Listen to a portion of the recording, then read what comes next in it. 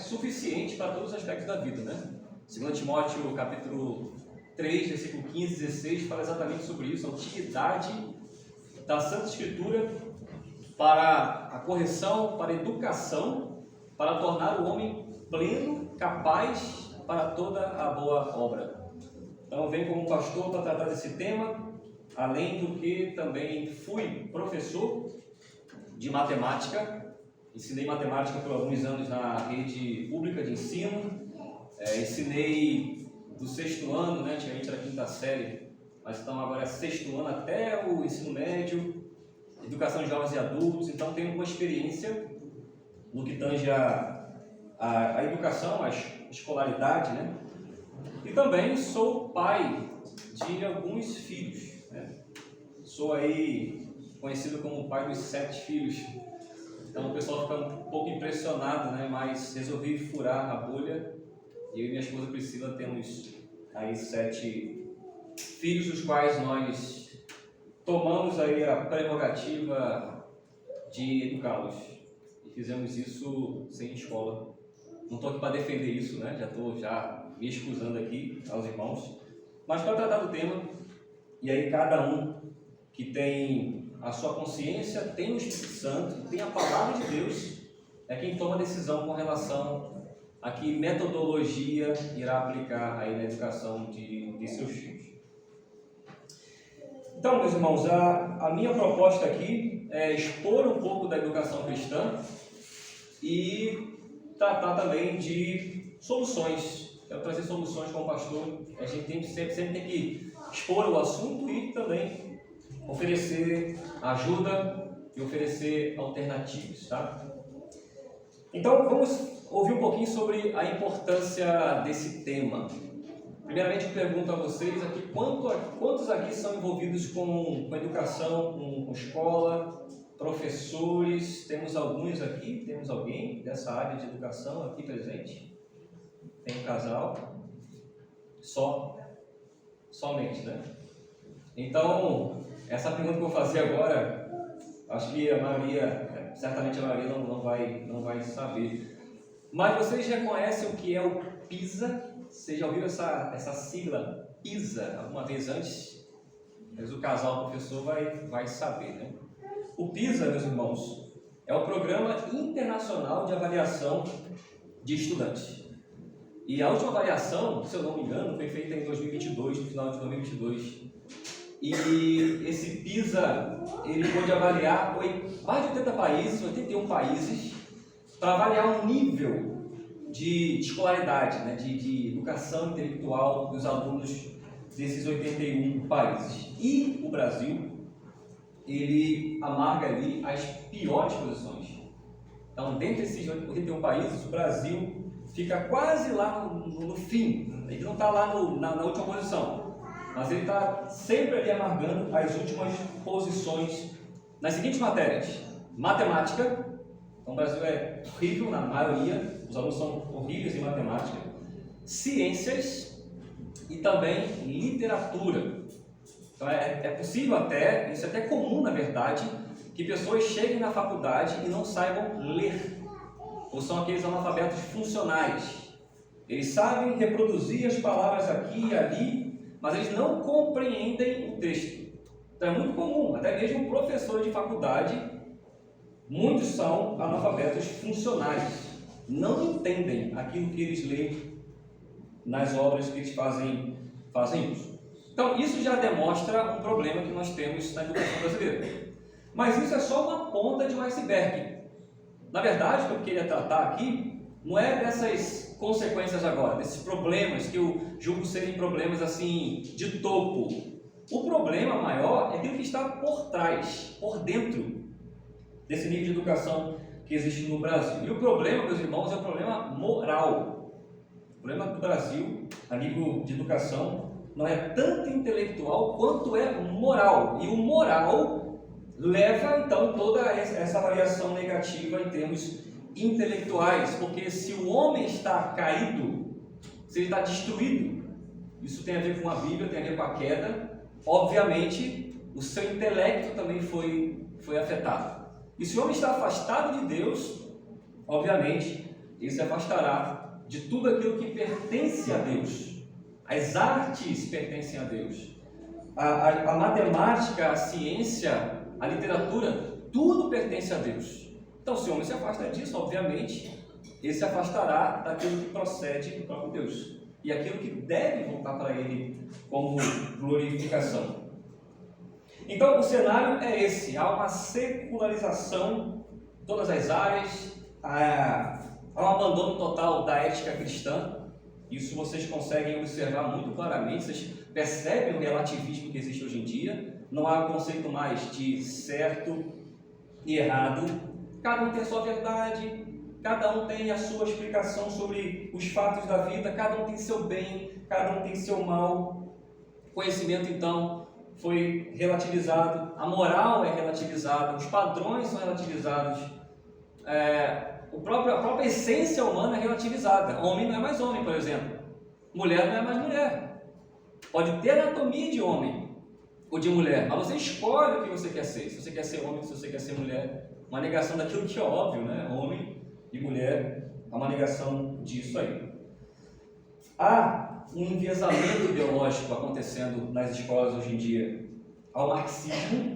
Creio que alguns aqui já ouviram o que é o marxismo, que é uma ideologia. Quando eu falo sobre ideologia, eu falo sobre uma filosofia, algo que está pressuposto, algo que tem tudo a ver com um humanismo que é divorciado de Deus, divorciado dos compromissos da palavra de Deus. Há esse compromisso marxista sobre como nós lemos a sociedade, aquela dialética materialista, né? Então tudo depende, tudo na verdade a história é contada por uma questão de ricos e pobres, estão lutando ali, proletário, os burgueses. Então tem essa maneira de ler, essa cosmovisão, a maneira de ler a vida, tendo essa dialética materialista, rico e pobre. Então é bem assim, monocromático. Ou darwinismo, também é uma outra corrente filosófica que explica a origem do mundo como uma evolução. Então tudo começa a partir de uma explosão de um átomo, e aí isso começa a evoluir, daí vem a vida humana. Então tudo começa sem propósito e continua sem propósito, e você sabe lá para onde vai, não tem propósito. Então a vida não tem um propósito. Também poderíamos falar sobre feminismo, que há hoje em dia, um dos problemas que existem hoje em dia, essa maneira de não considerar bem, de acordo com a lente da palavra de Deus, o papel homem e mulher. Isso afeta também a nossa sociedade. Na educação, muito comum, uma coisa chamada construtivismo, que é o método de ensino onde você tira aquele que transmite conhecimento para tornar a pessoa participante de um processo de aprendizado. Então não há ninguém transmitindo mais, mas a criança está ali participando de um processo onde ela por si só tem que descobrir a verdade. Nesse sentido, tira-se pai. O pai não tem nenhuma prerrogativa quanto ao ensino de seu filho. Então, filho, precisa dar atenção ao seu pai, tá? Seu pai não tem a verdade. Pastor na igreja, não. Pastor na igreja, a Bíblia, calma aí, fato objetivo, não. Você tem que conhecer, você tem que construir o seu conhecimento. Então, nada disso é ausente de propósito, nada disso é neutro, tá? Tudo isso tem um propósito bem definido. E geralmente esse propósito bem definido é um ataque frontal às Escrituras. E é o próprio Deus, o próprio Cristo, que veio redimir esse mundo. Então, meus irmãos, o que nós devemos fazer aqui, enquanto nós vimos essa palestra, eu estou aqui como servo, né, para tentar limpar um pouquinho a sua lente. Precisamos limpar a nossa lente, e nesse limpar da nossa lente, eu quero lembrar a vocês um fato muito pertinente à nossa doutrina, né, calvinista, que é a questão do senhorio de Cristo. Cristo é soberano sobre essa terra. Cristo ele tem toda a esfera dessa realidade. Ele reclama isso, ele diz: isso é meu. Não tem nada da nossa vida ou dessa existência que fuja do controle de Cristo. Existia um teólogo reformado, continental, Talvez algum de vocês saberá o nome, lembrará, já ouviu o nome dele. O nome dele é Abraham Kuyper. E esse homem foi um teórico e político holandês no começo do século XX. Ele tem uma frase muito importante para nós aqui, quando estamos sendo preparados para esse assunto da educação cristã. Ele disse assim: não há 1 centímetro quadrado em todo o domínio de nossa existência sobre o qual Cristo, que é soberano de todos, não possa gritar, é meu. Então, o que essa frase quer dizer? Esse homem, Kuyper, estava dizendo que toda a existência pertence a Cristo e é reclamada por Ele. Então, nós cristãos, que confiamos e confessamos a soberania de Deus, não podemos simplesmente fazer uma dicotomia entre estou na igreja, tenho aqui a boa doutrina, a sã doutrina, tenho aqui os padrões de fé da minha igreja, mas a educação, não, isso aqui é uma coisa que não faz parte do senhorio de Cristo. Eu posso decidir, eu posso simplesmente buscar outras opções. Isso não tem nada a ver com a minha escolha que eu faço em Cristo, mas eu simplesmente posso ter outras visões e oportunidades sobre isso.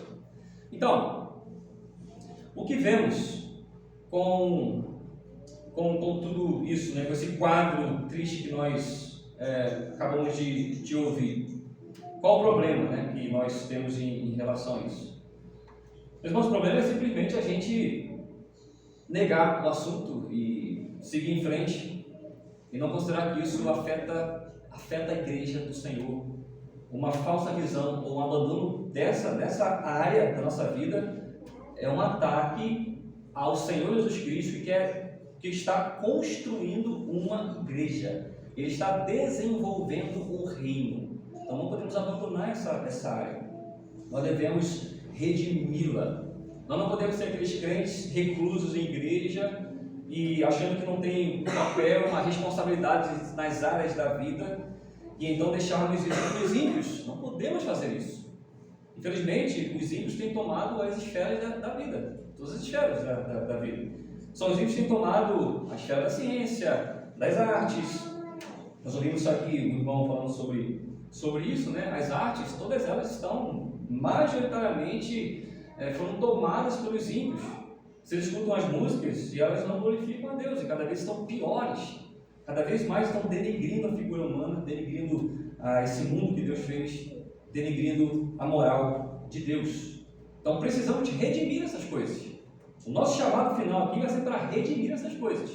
Mas nós temos que começar onde nós podemos guerrear. Nós não podemos sair por aí e tomar a ciência, tomar a política, assim, tomar de assalto. Não tem como. Nós precisamos fazer isso a partir de um núcleo mais básico que tem. O núcleo mais básico que tem é a casa, é a família. Casa, família, a igreja é de onde nós vamos começar a redimir esse mundo do qual Cristo diz é meu. Então nós precisamos atentar para esse assunto. Eu quero falar agora sobre 4 fundamentos para a educação cristã. Um deles eu já tenho dito, que é a questão da soberania de Deus. Então isso é o fundamento principal para a educação cristã, a soberania de Deus. Nós já estamos ouvindo aqui que Cristo, ele reclama tudo como dele, é dele. Então, em nossa doutrina reformada, a questão da soberania de Deus, ela é central. Se você tirar a soberania de Deus do seu escopo doutrinário, você tenderá um caos. Por exemplo, se algo acontecer na sua vida, você, e agora? Isso foi quem? Foi Deus dormiu? Isso foi Satanás? E agora? Quando Satanás vai prevalecer sobre a minha vida novamente? Então isso causa um caos, isso causa um desconforto, isso tira completamente o consolo que nós temos no Senhor Jesus Cristo. Então Deus, ele é soberano. A educação cristã pertence ao nosso Deus Criador, ao nosso Deus sustentador. É dele a soberania sobre isso.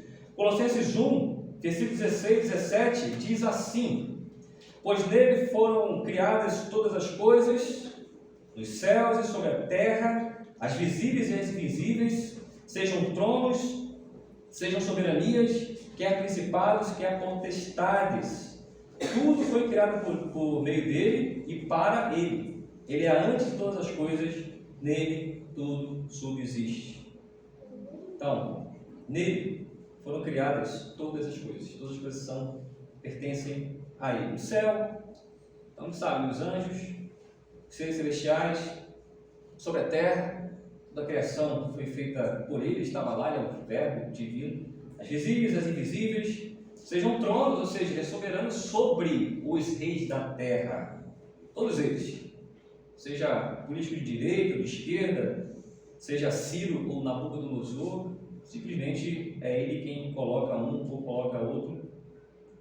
Tudo foi criado por meio dele e para ele. Tudo é para ele, é para a glória do Senhor Jesus Cristo. Reinos, sociedades, áreas da vida, família, política, educação, tudo deve se voltar para ele. Ele é a razão de todas as coisas.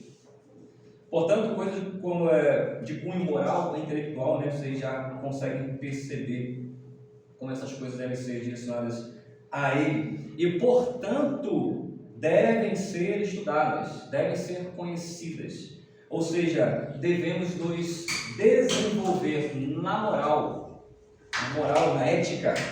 Devemos nos desenvolver também no intelecto, porque isso é para ele, isso vem dele, isso é para ele, para a glória daquele que é soberano. Então, mais uma vez, o primeiro fundamento teológico da educação cristã é esse, da soberania de Deus. É dele, tudo é dele. O segundo fundamento para a educação teológica é a doutrina da criação. E eu quero que os irmãos abram comigo, por favor, em Gênesis capítulo 2, onde nós encontramos a razão pela qual o homem foi criado.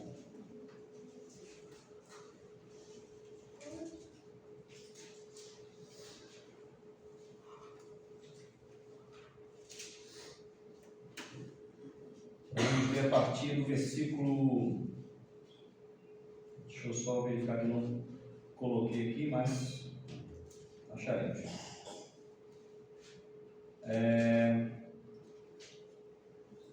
Na verdade, capítulo 1, meus irmãos, capítulo 1, versículo 26. Vamos a partir do versículo 26 do capítulo 1. Diz assim: Também disse Deus: façamos o homem à nossa imagem, conforme a nossa semelhança. Tenha ele domínio sobre os peixes do mar, sobre as aves dos céus, sobre os animais domésticos, sobre toda a terra, e sobre todos os répteis que rastejam pela terra. Criou Deus, pois, o homem, à sua imagem, a imagem de Deus o criou, homem e mulher os criou. E Deus abençoou e lhes disse: sede fecundos, multiplicai-vos, enchei a terra e sujeitai-a, dominai sobre os peixes do mar, sobre as aves dos céus e sobre todo animal que rasteja pela terra.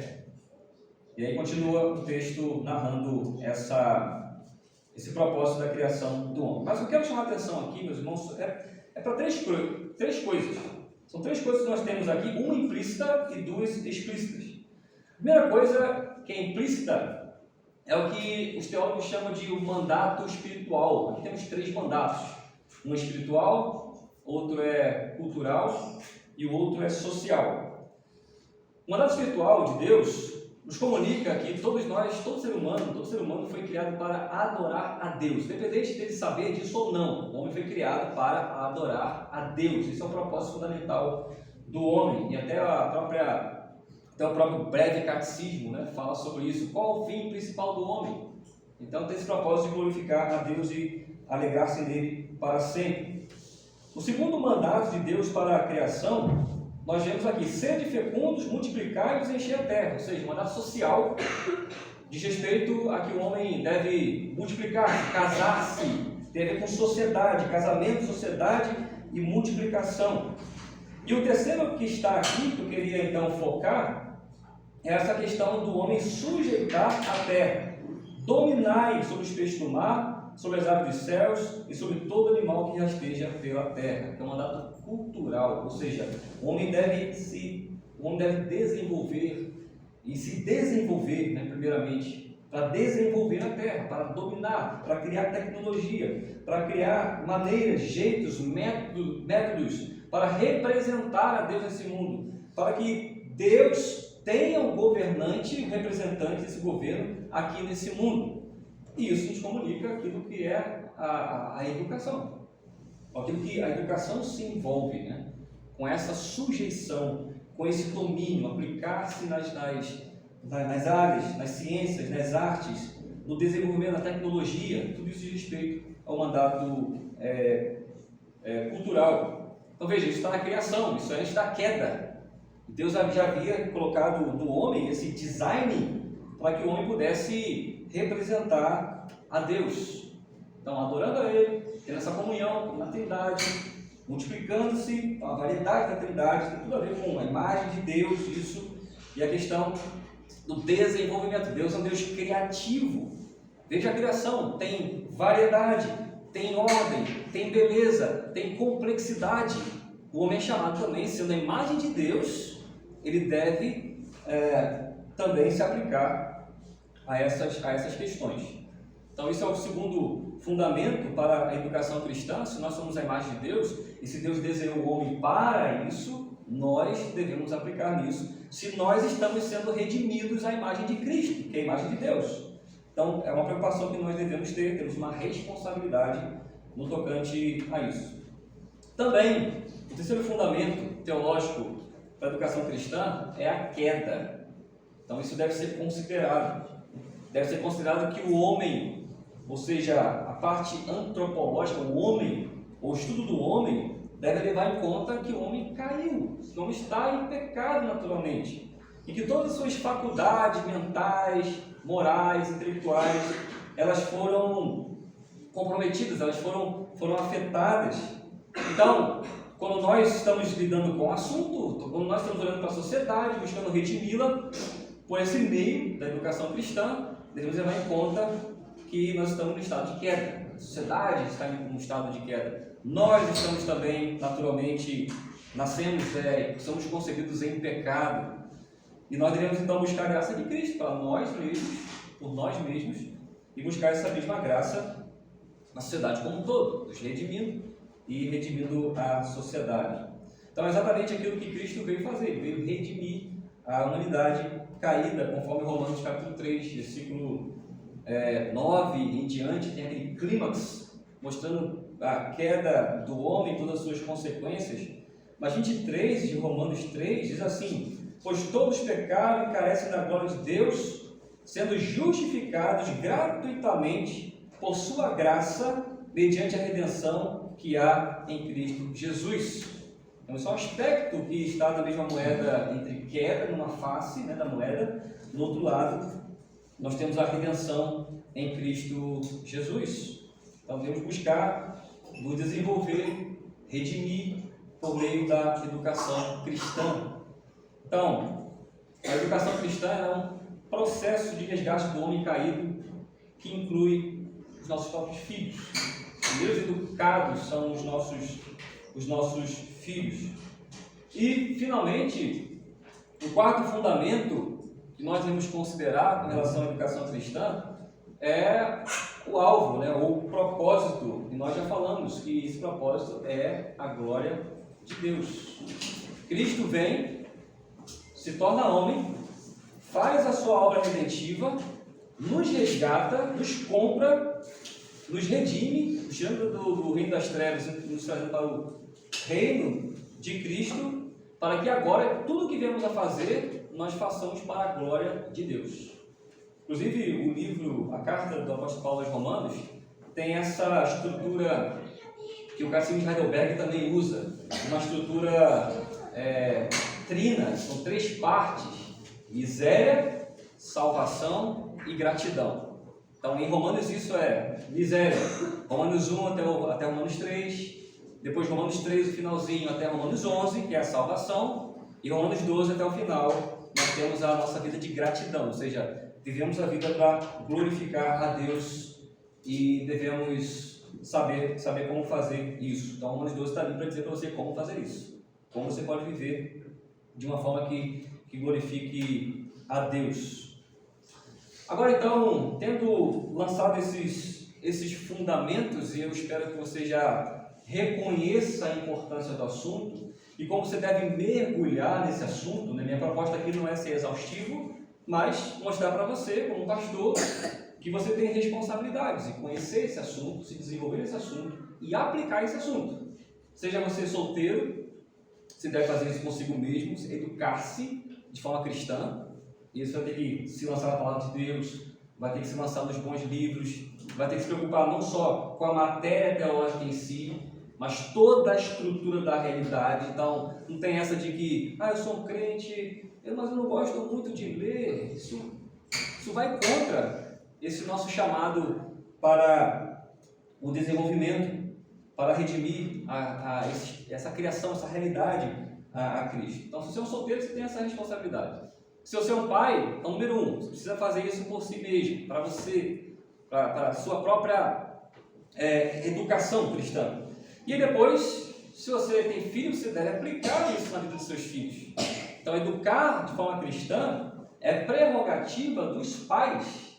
É claro que existe escola, né? Não estou falando contra a escola, nada disso, mas é prerrogativa número 1 dos pais. Os pais são quem imprimem nos seus filhos o caráter de Cristo. Ou podemos dizer, são eles que têm que dizer aos filhos, Cristo fez uma obra, nos redime e nos torna a imagem de Deus novamente. O que é a imagem de Deus? Gênesis 2, qual o propósito para o qual fomos criados? Para adorar a Deus, mandato espiritual, para a sociedade, um mandato social, né? Casar-se e ter filhos, e um mandato cultural, que é sujeitar e dominar a terra. Então isso deve ser passado, traduzido de geração para geração, esses conhecimentos. Então, quem deve cuidar da educação cristã? Isso somos nós, e somos pais. Talvez alguns pensam que educação cristã é algo relegado à igreja. Não, a igreja tem lá a classe dos catecúmenos. Então a igreja é quem deve educar o meu filho, né? Se você tem filhos. Ou, tem a escola aqui pública ou particular, então isso é prerrogativa deles, não tem nada a ver com isso. Então, de quem é essa responsabilidade? Então, primeiro, falei, a responsabilidade primária é dos pais. Vamos ver isso em Deuteronômio capítulo 6. Deuteronômio 6. Talvez seja um texto já conhecido por vocês, talvez em algum outro PIT vocês já tenham ouvido sobre esse texto. Deuteronômio 6, versículos 6 e 7.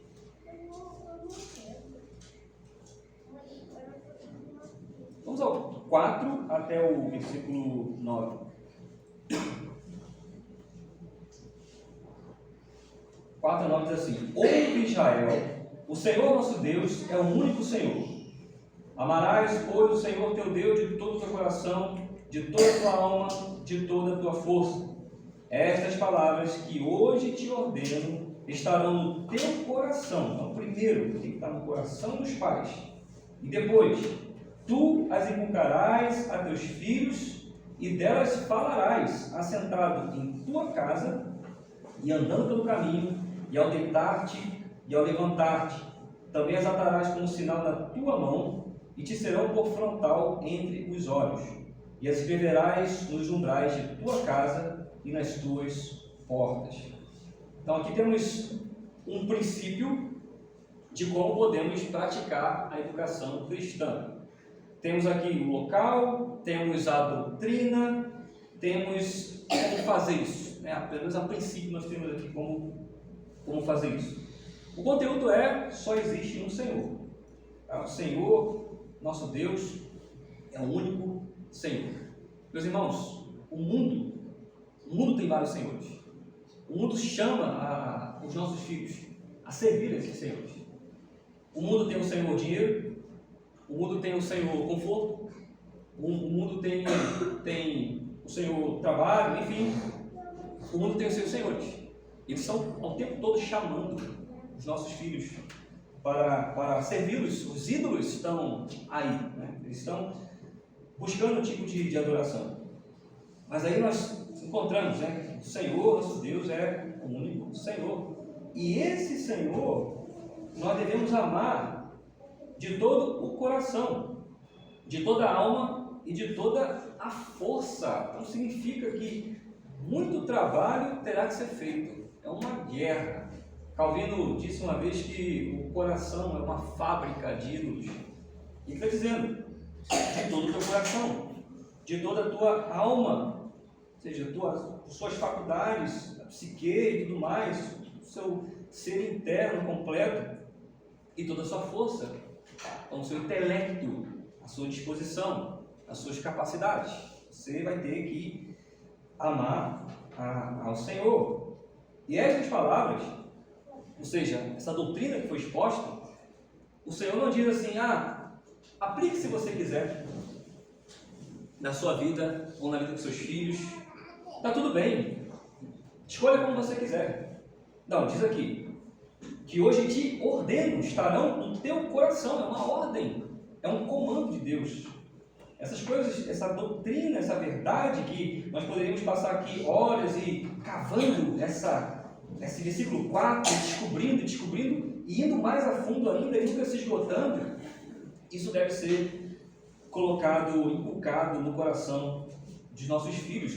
Tu as inculcarás a teus filhos, e delas falarás assentado em tua casa, andando pelo caminho, e ao deitar-te, e ao levantar-te. Então, temos aqui todo aspecto da vida, e aí começa na casa, então nós estamos caminhando, nós estamos vivendo, e trabalhando, e nos desenvolvendo, e voltando, e todo dia essa rotina que é a nossa vida, e toda ela, meu irmão, minha irmã, nós devemos estar permeados de um conceito fundamental. Ouve Israel, o Senhor, nosso Deus, é o único Senhor. Então, como que o Senhor é o único Senhor, se de repente você, em termos de educação, vem aqui, traz os seus filhos, e aí eles estão aprendendo aqui, estão cantando, estão ouvindo a pregação, mas depois você solta na escola, por exemplo, você solta na escola e deixa lá. Todos aqueles pressupostos que eu já disse, marxismo, feminismo, revolucionismo, e tudo isso assaltando o tempo todo as consciências ali, tentando cativar essas consciências em desenvolvimento. E nós estamos ali tipo, não, eu confio que a escola está fazendo um bom trabalho, e não tem a supervisão, não vê, não procura saber, não questiona, não pergunta, não faz uma supervisão na escola. Então, de fato, devemos nos perguntar, Senhor, o Senhor Deus, Yahvé, é o único Senhor? Ele está dizendo assim, eu te ordeno, aplique isso, inculque isso nessas pequenas consciências, em todo tempo, já começa na casa isso começa na casa, isso está o tempo todo sendo o alvo das nossas conversações. Isso não quer dizer que todo tempo você vai falar diretamente da Escritura para o seu filho e sua filha, do tipo assim, você lembra da história de Noé, meu filho e tal, e pede para ele contar isso. Tem isso, obviamente, mas são as aplicações que isso deve inculcar, são as aplicações desses ensinos na vida dos seus filhos. Por exemplo, uma aplicação desse texto do dilúvio, né? A questão da obediência, e você cultivar essa obediência dos seus filhos. Noé ouviu, foi lá e começou a construir. A persistência diante de um cenário onde o mundo completamente corrompido, mas você vê ali a resiliência daquele homem. Isso não é obra dele, obviamente, é obra da graça. Então, falar sobre a graça de Deus, falar sobre os compromissos, falar sobre a questão de estar em Cristo, falar sobre perdão também, falar sobre pecados, que é o contexto ali de Noé, por exemplo, e mostrar que nesse ponto, naquele ponto, que o filho fez aquilo ali, isso foi um pecado, e aquele pecado então trouxe o dilúvio, sabe? E trabalhar com isso, não meramente citando personagens, mas trabalhar com a doutrina, essa é a educação cristã que nós somos chamados a praticar na vida dos nossos filhos. Isso vai depender de você estar realmente também praticando sobre si mesmo. Porque se você faz essa dicotomia entre a igreja é uma coisa, mas em casa você pode esquecer, tipo assim, ouvi a pregação domingo e fui para casa, segunda-feira começo a ver minha vida como qualquer outra pessoa. Você nem aplica sobre você, e você muito menos vai aplicar isso essa educação cristã na vida da sua família. Então, nós precisamos ser responsáveis com isso. Nós somos os primeiros que cuidamos da educação dos nossos filhos, tá? Isso é a coisa mais fundamental. Isso exige que você pare em casa. Você está cansado, chegou em casa cansado, a tendência é o quê? Pegar celular, ficar ali, tá, relaxando. Meu irmão, minha irmã, meu irmão principalmente, se você chegar em casa cansado, mesmo assim, o seu cansaço não diminui a sua responsabilidade, não exclui a sua responsabilidade. Ainda assim, você precisa chegar, você precisa educar os seus filhos, sua esposa, a educação cristã. Você precisa ler a palavra, você precisa meditar na palavra, você precisa aplicar a palavra. Lembra que isso é muito mais do que a minha casa, mas é o reino por trás, é Cristo governando. Se nós não fazemos isso, é claro, Cristo é soberano e Ele governa, mas Cristo governa, Ele não faz isso sem a responsabilidade humana. Nós somos responsáveis também de cooperar com isso, com essa regência de Cristo e a sua soberania. Se nós estamos vivendo como qualquer pessoa, depois nós não podemos reclamar como está a sociedade. Ah, está assim, né? Só tem ímpio lá como cientista, só tem ímpio nas artes. Ah, o último Bach foi, sei lá, Johann Sebastian Bach, 1600 alguma coisa, né? Que assinava lá no final das suas obras. SDG, só lhe deu glória. E aí passa tanto tempo, cadê uma outra pessoa que venha render a sua arte brilhante a Cristo, a Deus? E não podemos reclamar, porque culpados nós somos da nossa negligência. Se Deus falou, eu te ordeno, é porque são duas coisas ali. Ele é Deus, Ele pode ordenar, e a segunda coisa que tem ali, meus irmãos, é que nós devemos aplicar porque isso é bom. Sempre há um benefício, sempre há benefícios em sermos obedientes, é bom. Isso vai tornar Israel forte. E agora, nós não somos Israel, né? Somos brasileiros aqui, mas isso vai tornar o Brasil forte. Enquanto isso não for feito, pode ter 90% de cristãos, e essa é a estimativa. E o que você vê? O que isso faz com a sociedade brasileira? Faz nada. Você vê a corrupção acontecendo generalizada, criminalidade cheia de gangues e facções por todo lado. Atualmente você pode até ver no Google, assim, tem um Google que um nick que eu baixei do Google, você tem como ver todas as facções que existem no Rio de Janeiro. Então, você clica lá, você vê aquela imagem carregada de CV, de TCP, dessas facções que existem. E somos 90% de cristãos. Como? Nós não somos 90% de cristãos. Pelo menos, coloca aí, talvez, sei lá, 80% aí, tudo nominal. Cristão nominal. Cristianismo nominal não faz nada. Cristianismo nominal, Satanás, tá nem aí. Deixa rolar solto, porque isso aí não traz nenhuma glória ao Senhor Jesus Cristo. Então veja o nosso chamado, meus irmãos. É um chamado, é difícil, você tem que, né, como eu falei, chega em casa cansado, ainda tem que fazer sua atividade como um homem, como um marido do seu lar, ou você sendo solteiro, está cansado, mas ainda tem que se encher espiritualmente. Mas, meus irmãos, isso é o mundo que a gente vive. A gente vive um mundo de queda. Então a vida não é fácil. Você tem que cavar uma terra dura, cardos e abrolhos, e você ainda tem que servir a Deus, um mandato espiritual. Então, não tem essa. Nós temos que ser homens valentes. A sociedade hoje precisa de homens valentes. E você não vai achar homens valentes fora da igreja. Você tenderá a achá-los na igreja, mas até na igreja, infelizmente, a dificuldade de encontrarmos homens valentes. Então, bom que aqui tenha bastante homem nessa noite. Vocês são responsáveis por essa educação cristã. Veja que eu não estou falando muito sobre escola, né? Estou falando sobre aplicar a cosmovisão cristã em nossa vida e redimir todas as áreas da nossa vida ao Senhor Jesus Cristo, principalmente conhecer a Deus e depois partir para o mundo. Agora, é claro que a igreja também tem um papel, tá? Falei sobre pais e eu quis defender isso como a responsabilidade principal dos pais na educação cristã, mas a igreja também tem a sua responsabilidade. Primeiramente, a igreja tem essa responsabilidade do tocante ao seu escopo doutrinário. Então, uma igreja tem que ser uma igreja bíblica, tem que ser uma igreja confessional.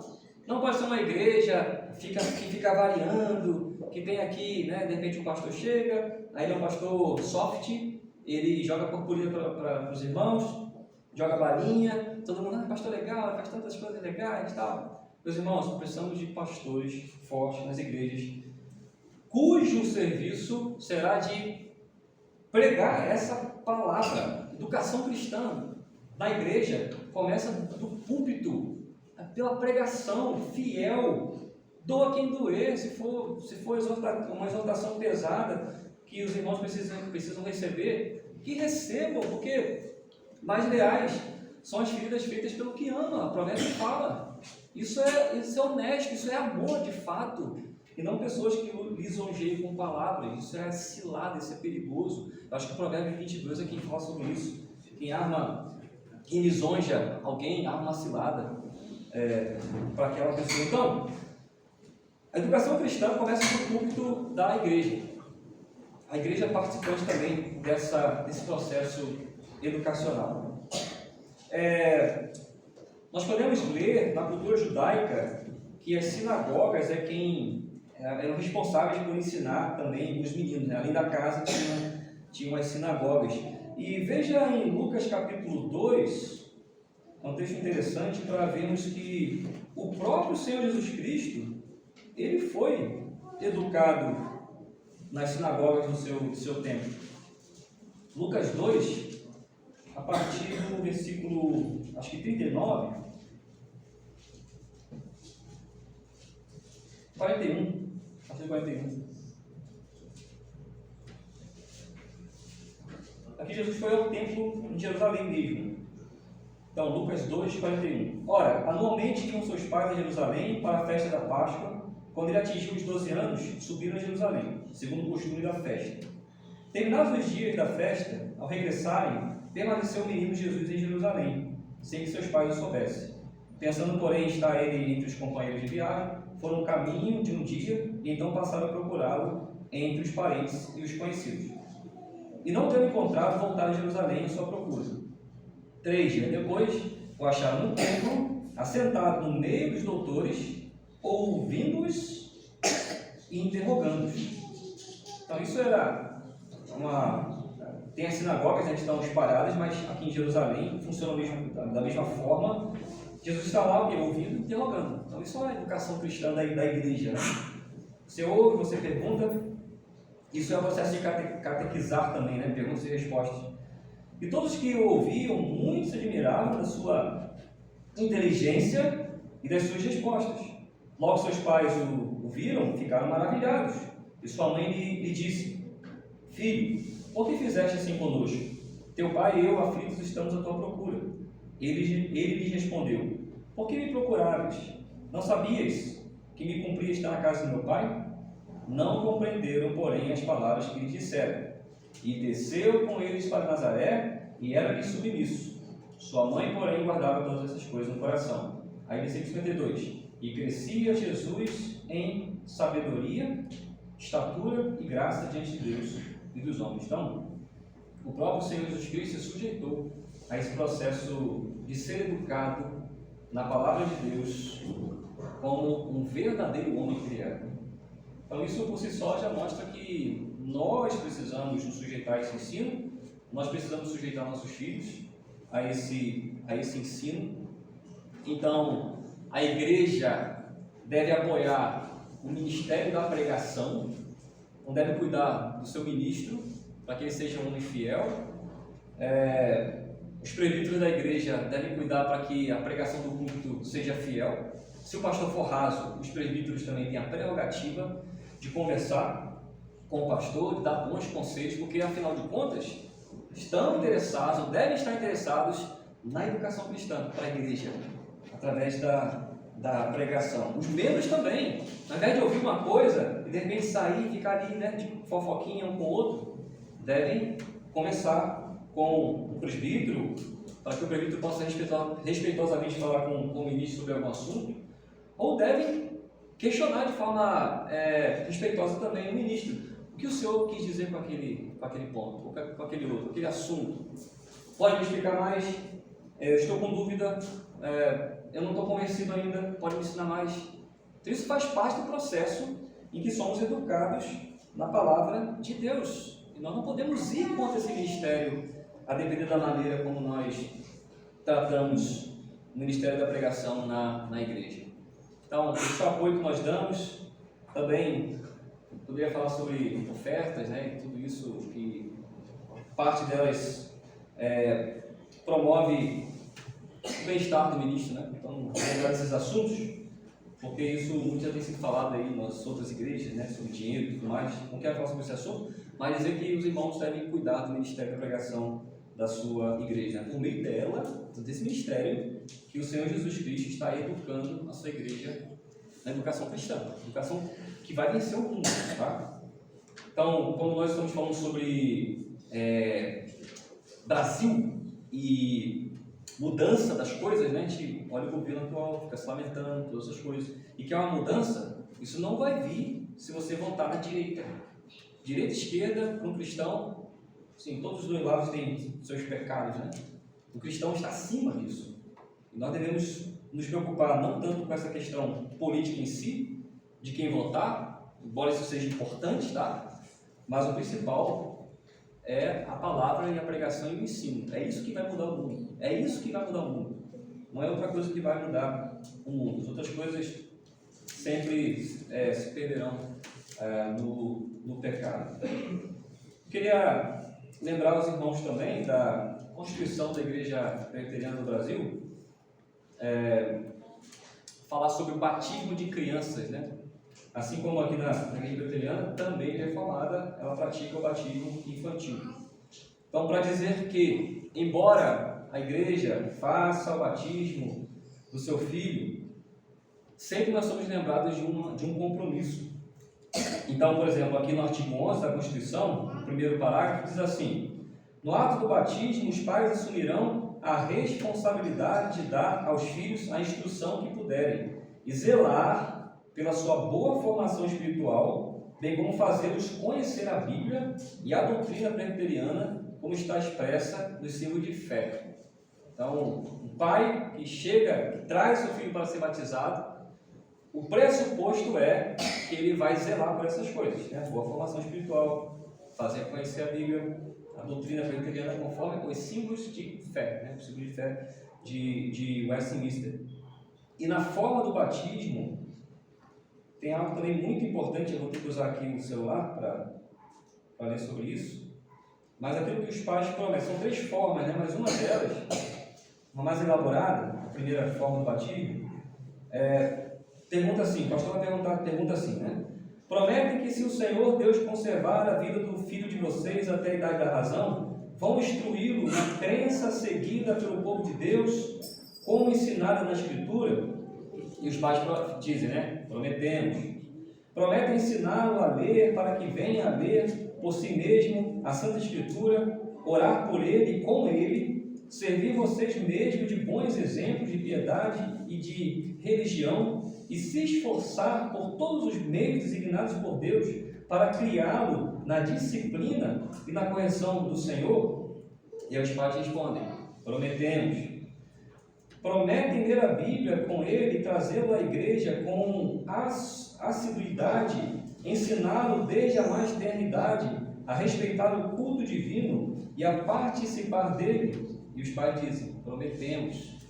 Então, temos o papel da igreja, mas mais uma vez, voltamos ao papel fundamental, né, principal do pai.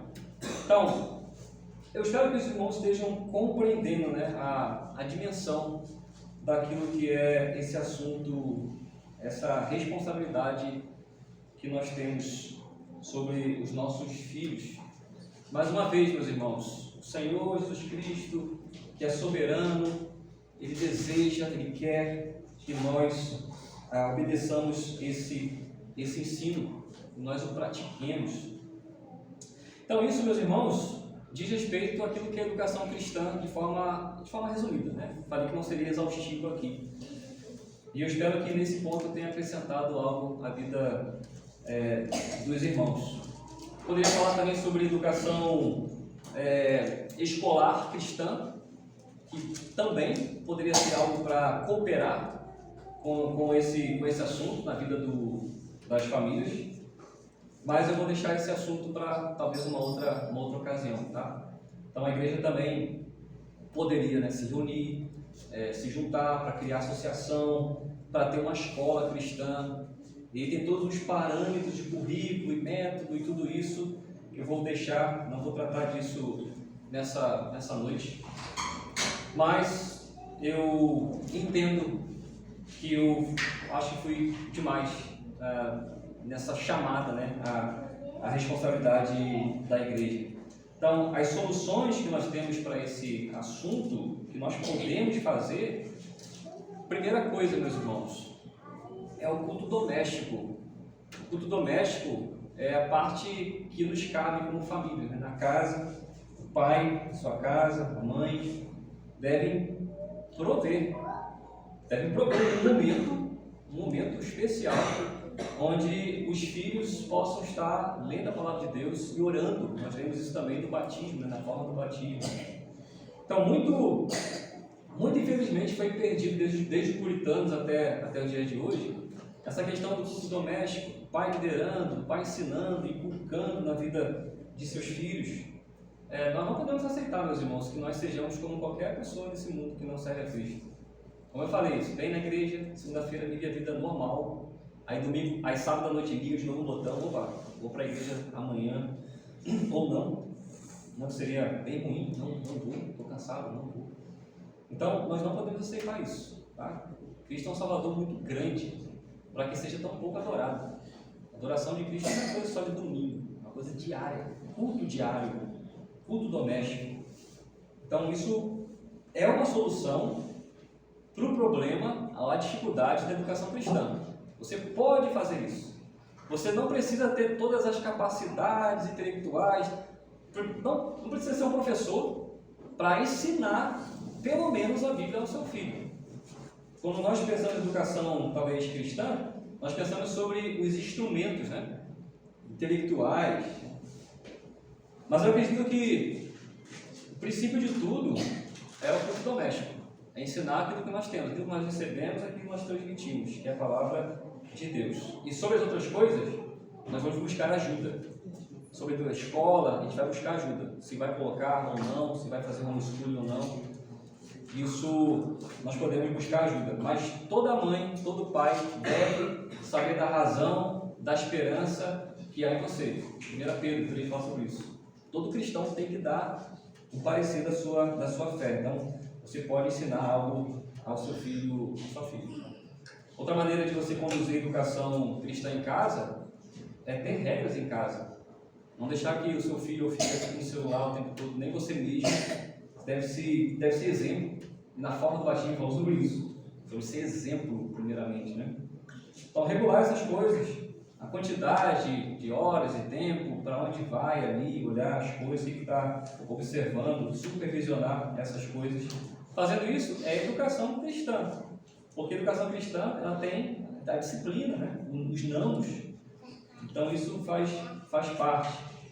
Sobre os aspectos mais intelectuais, a igreja poderia simplesmente se reunir, os pais interessados, se não tem uma escola cristã para onde enviar o seu filho nesse momento, simplesmente se reunirem e criarem um momento de, exemplo, escola de reforço.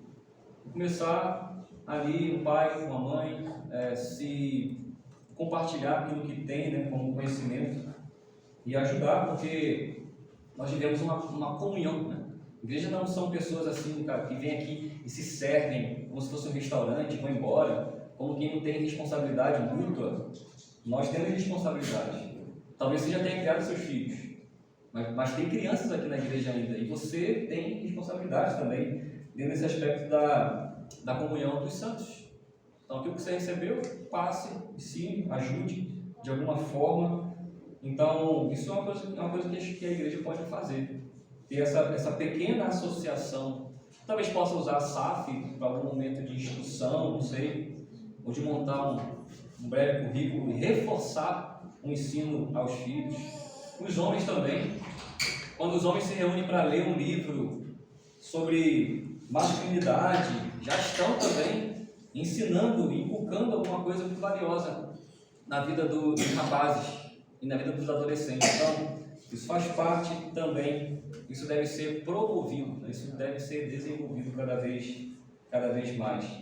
Então, existem coisas que nós não podemos fazer, que estão além das nossas capacidades. Outras, somos plenamente capazes de fazer. E Deus não está tanto preocupado com a grandeza e a sofisticação dos métodos, quanto está preocupado com a fidelidade de cada um, simples fidelidade de cada um. E saber o que tem que fazer e não deixar isso para depois. Então esse é o nosso chamado à ação também, nossa proposta aqui e o nosso chamado à ação. Então se desenvolvam, cultivem essas coisas, que certamente a igreja aqui ela tenderá a crescer bem, se desenvolver bem, crescerá dentro daquilo que é a verdade, que é sólido e aquilo que tem valor eterno. Então que Deus possa ter acrescentado na vida dos irmãos alguma coisa diferente a mais, quem sabe. Isso foi repetido, então o Evangelho se repete, mas a gente ama de qualquer jeito, né? Toda vez que ele é pregado, então que os irmãos possam ter se servido de alguma forma, tá bom? Então essa é a exposição de um pastor, um humilde pastor, que tem se esforçado também e tem suas próprias dificuldades. Então, amém, irmãos. Agora é um momento de perguntas, né? Se alguém tiver perguntas ou colocações. Perguntas e respostas agora, quem tiver uma pergunta, fique à vontade.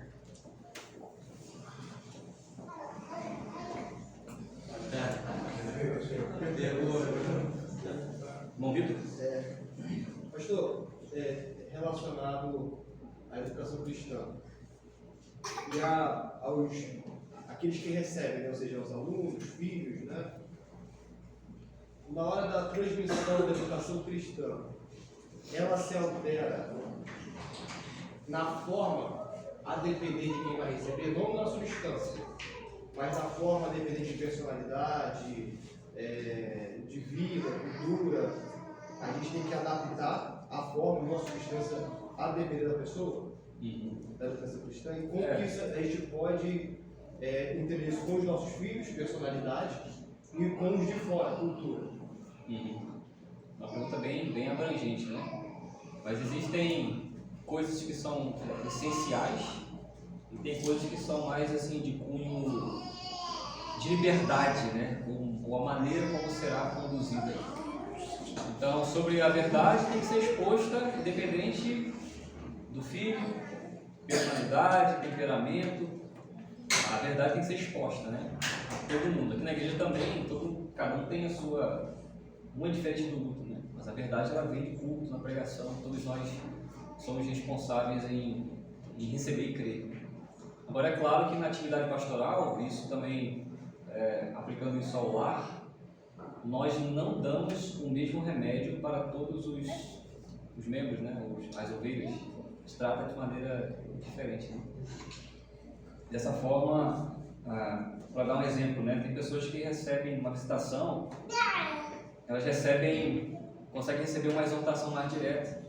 Outros têm que dar uma volta bem grande até você falar, para chegar no objetivo. Então, são os métodos como você conduz a questão. Então, assim também filhos, né? O princípio, né? Eu tenho tratar de um princípio aqui de como lidar com os filhos.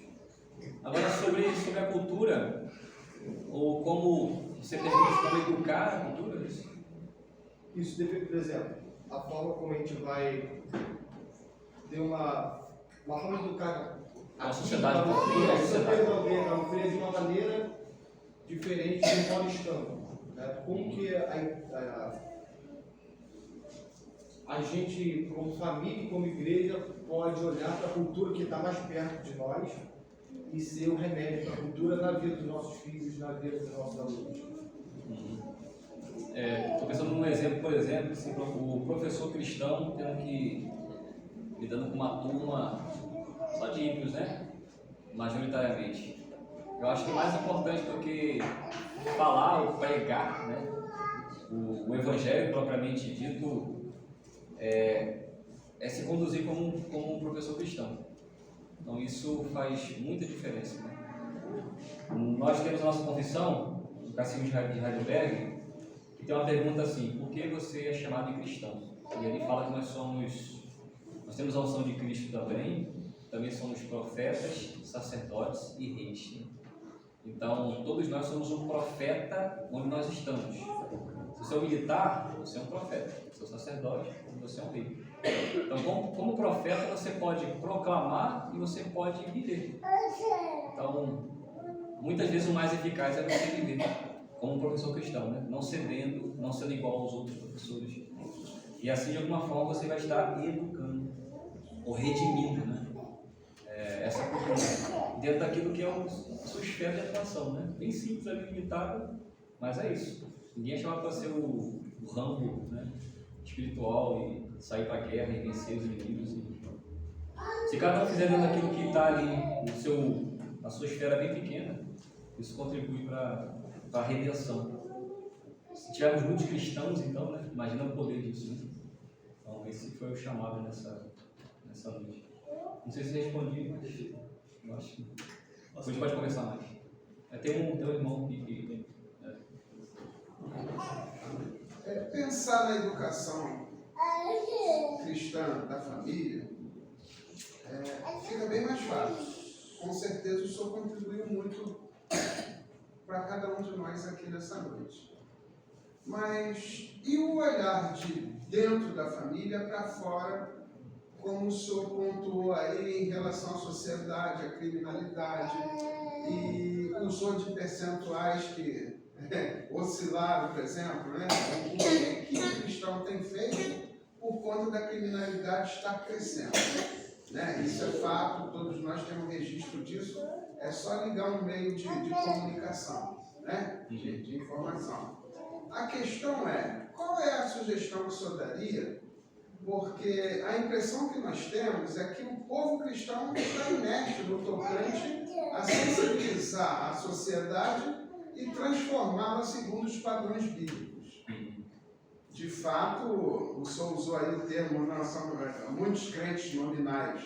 Concordo plenamente. A questão é, qual seria, na tua visão, o que o crente, a família cristã, e como pode contribuir para a mudança desse cenário? Porque, de fato, incomoda todos nós temos sido vitimados, as famílias estão aprisionadas e a criminalidade está lá fora crescendo a todo instante. Trago aqui um exemplo, eu subindo para a rua da minha casa, que tem como referência um hospital, um posto de saúde, comércios, a gente usa uma expressão, olha, o vigia do tráfico já sabe que a gente está chegando ou saindo de casa. E eu brinco com a minha família, ó, eles têm salário, porque eles revezam, de manhã eu saio para trabalhar, o camarada meu vizinho aqui acho que está testando. Eu saio para trabalhar de manhã, eu levar a família, o camarada está com um semblante de cansaço, ou seja, talvez ele seja mais eficaz do que um vigia com a carteirinha assinada pela CLT. Correto? E tem revezamento. Sim. É um meio organizado. Não se limita só a levar informação para o tráfico. Ele vai à rua, ele capina na madrugada. Então a coisa está muito organizada. Contribuição social. Eu estou colocando esses detalhes, é o seguinte, porque a coisa está muito organizada, nós temos conhecimento disso e a gente continua numa inércia. Naquela de política de boa vizinhança. Eu sei que ele está ali, não mexe com a minha família, está tudo bem. Mas isso é mediocridade. Ele não mexe com a minha família, mas está transformando, está destruindo muitas outras. Entende? Sim. Então, dá uma dica para nós. O que o senhor entende que mudaria? O primeiro processo, na minha visão, é a educação. Né? Se a educação está capenga no nosso país, a criminalidade vai crescer. Correto? Mas dê-nos uma ajuda, por favor. assim, é extremamente complexo, né, o nosso quadro atual. A gente já está, a gente usa aquele termo, né, está dominado, está tudo dominado, né? Parece que a situação é essa, assim, seria um domínio completo da criminalidade, assim, onde nós chegamos, né? Infelizmente. Então, nós, como ponto de partida, o mais fundamental, e a resposta eu vou usar a resposta também para o irmão Vitor também, né? Nós precisamos primeiramente praticar essa educação cristã dentro das nossas casas, ou seja, nos tornarmos conscientes de um papel que nós temos social. Esse escopo doutrinário onde Cristo é soberano e tudo é dele, aquela rua que Jesus nos fez também, né? E como nós vamos avançar com isso, que aí é a questão da gente pensar como fazer isso em termos de igreja, né? Nós podemos fazer na nossa casa, nosso vizinho pode ver alguma coisa, nós podemos convidar os vizinhos, envolver os vizinhos, isso é uma maneira de tentar redimir, pelo menos assim, a minha rua, né? Mas, quanto ao mais, nós precisaremos de muito mais força, muita oração, muita força. Ajuda da própria igreja como um todo. E fazer um esforço maior e mais concentrado, né? Então, assim, a solução, a princípio, né, não tem os outros passos, né? Mas a solução, a princípio, é se tornar consciente, desenvolver-se na sua própria casa. E como é falado, assim, uma ilustração, né? Você precisa entessar os arcos, que são o arco e as flechas são seus filhos, né? Você precisa educá-los e lançá-los, e não ficar para sempre. A sua vida não é uma bolha, né? Mas a longo prazo podemos dizer isso assim: você precisa lançar os seus filhos para ter impacto social. Então, isso é o princípio, né, que eu ofereço, irmão. Não tem assim, faça isso, passo A, B, C, D, D. Sim, inclusive, o senhor colocou aqui, desde os puritanos, no meu entendimento, a família cristã está vindo numa ladeira abaixo, no sentido de que manter os costumes e, sobretudo, divulgar a Bíblia, estudar, não é isso? Orientar. Então, olha quanto tempo aí. Né? Muito tempo de negligência e o impacto tem sido muito grande. Não devemos nem chamar de fruto, mas a gente está colhendo o fruto dessa inércia. Exatamente, isso. E para a gente ter um resultado para a gente ter mudanças, isso tem um caminho a percorrer. E o caminho não é amanhã, não é daqui para amanhã. Isso vai demandar um tempo. Então, assim, para que tudo tenha um resultado, tem que ter um começo. Então, começo. O que nós podemos fazer? Existem coisas que nós podemos fazer? Sim. Nós ouvimos essa noite, né? Agora precisamos fazer. O começo está aqui. Precisamos fazer. Precisamos colocar em prática essas coisas. E quem sabe a próxima geração, ela continuará a dar os próximos passos. Nossos filhos, nossos netos e as próximas gerações se envolvendo mais socialmente. Tomando de novo, retomando aquilo que é de Cristo. Retomando as áreas da vida. Então, assim, Jesus Cristo falou com soldados romanos, né? Não pediu para eles serem discípulos e seguirem como apóstolos. Simplesmente assim, faça o trabalho, não cobre mais do que é devido. Aquela costume do soldado romano extorquir, né, alguma coisa. Faça apenas o trabalho, contribua desse jeito, na sua vocação. Simplesmente viva como cristão. Isso tem impacto. A gente não pode subestimar aquilo que o Espírito Santo pode fazer, né? Através da simplicidade da nossa vocação, devemos trabalhar com isso. Seguir em frente com isso. Excelente ensino, pelo que nós conhecemos aqui, o senhor iria direto ao ponto, onde falou que o PISA já se encontra ali num abismo enorme. Então é difícil você encontrar uma escola hoje que tenha uma qualidade devida ao que nós damos valor aos nossos filhos.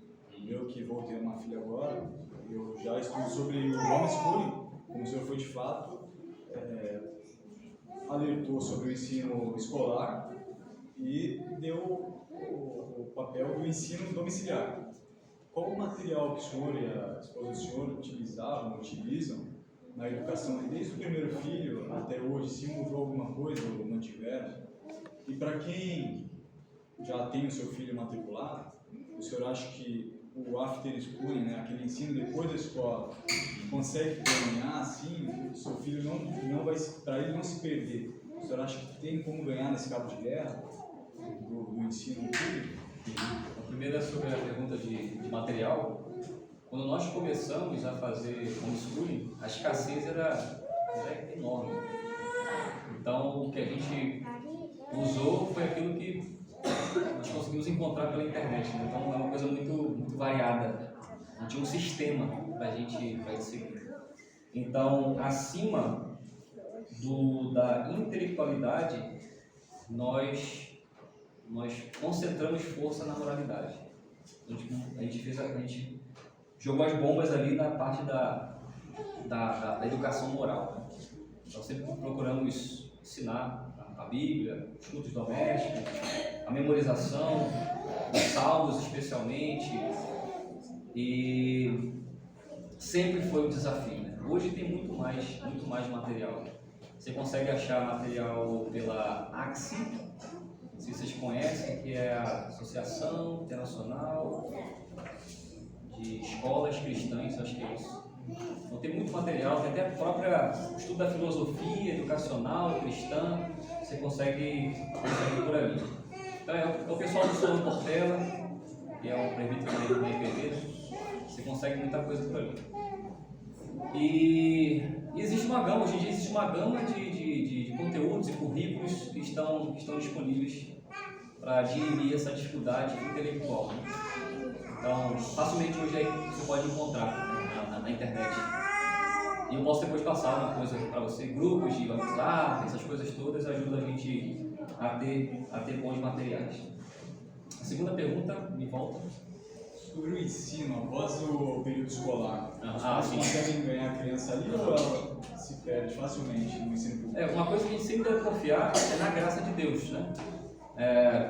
O Senhor é muito misericordioso e Ele perdoa o tempo da nossa ignorância, né? Eu quero dizer com ignorância, talvez não tivemos essa visão bíblica de educação, simplesmente entregamos nossos filhos à escola. E aí o que fazer agora, né? Recebeu toda uma educação contrária, muitas vezes contrária aos valores da ética cristã. Então o que nós podemos fazer agora, primeiramente, é confiar no Senhor, na graça dele, orar. E se ele é um filho mais velho, adolescente ou já jovem, é simplesmente trabalhar com aquilo que ele já recebeu. Se ele foi batizado, então tem uma responsabilidade de professar a sua fé. E isso deve ser conversado, né, em casa, sobre a resposta cristã que ele dá com relação àquela graça divina sobre ele. Agora, muita destruição pode ter acontecido, né? De forma que muitos filhos acabam que abandonam a fé mesmo. Né? Então é aquela coisa, é confiar na graça do Senhor, continuar orando, continuar buscando, mas você não tem como mudar o coração de um filho, né, mais velho. É só realmente continuar fazendo o nosso trabalho de discípulo, né, buscando os outros para render a sua vida ao Senhor.